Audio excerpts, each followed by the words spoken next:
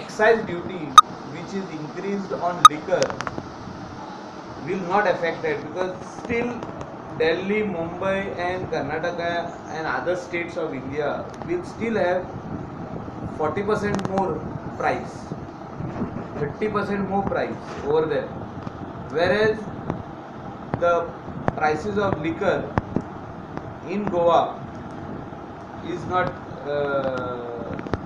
so much. Even after the increase, still 35% to 40% more will be in states of Delhi and Mumbai, Bangalore, Pune. I have put up a very special point for our Goan weddings, for our Goan cultural functions, our social functions in Goa, where wine, ते धाकटे कोपिसांवांनी वायन दिता पळय तेचेर उलयलां की ह्यो वायनाचो प्रायस increase जावंक जायना, because it is use traditionally for weddings and other occasions. Secondly, GI जे जाल्ले आहा कॅज्यू फेणी, आनी GI मेळपाचो आहा ती कोकोनट फेणी.